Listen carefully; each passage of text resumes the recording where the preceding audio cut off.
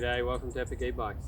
Today we're going to show you how to install a speed unlocker chip in the Haibike Xduro AllMtn 7. If you like our videos, please like and subscribe to help us do some more.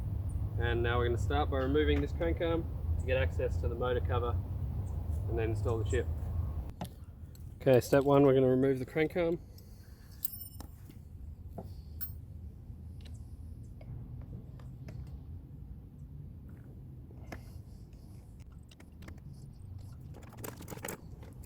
Going to need a crank removal tool here.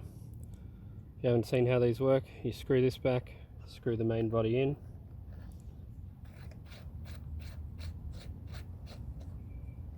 Like that, then we rotate this one, which will pull the crank off.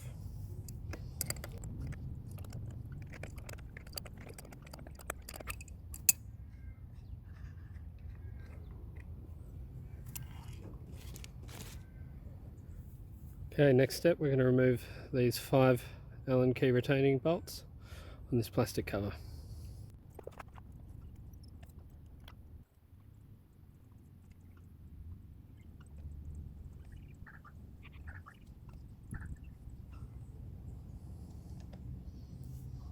Okay, now we can remove this cover. We've got access to the motor connectors. Now with our needle nose pliers, we'll remove the main motor plug and the speed sensor plug.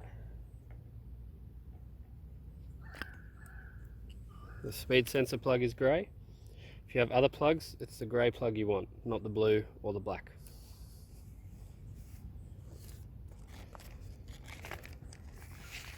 Now we're going to get our Eplus Bosch speed unlocker chip. We're going to install it. We're going to start with our connectors. These are quick connectors to make the job easy.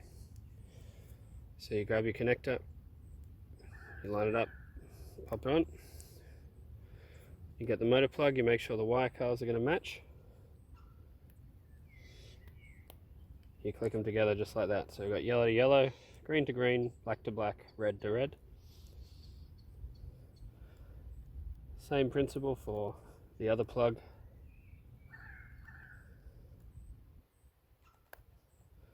In this case we've got white to red and black to black. Now next step is to plug the chip connectors into the motor where we remove the motor connectors. These connectors can't go the wrong way, so if it doesn't feel like it went in properly, flip it upside down, push it in. You should hear a little click as you push it in. Okay, the chip's now installed.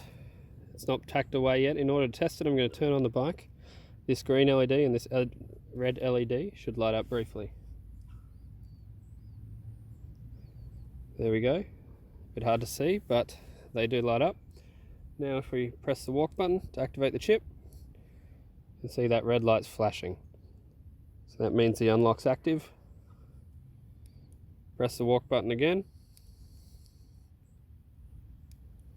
You can see now the chip is off, the red light's not flashing. So now you know the chip's working correctly, you can tuck it away. Okay, I've had a play. My first idea was actually the right one in this case. So there's room behind the cover there. So we're going to run the chip into the bash guard. Alternatively, if you unplug this connector, you could probably run the chip down the back there, but it's a little hard to get to. So we're going to go like that. You see the cover sits pretty flush. So now we can bolt it down, give the bike a test.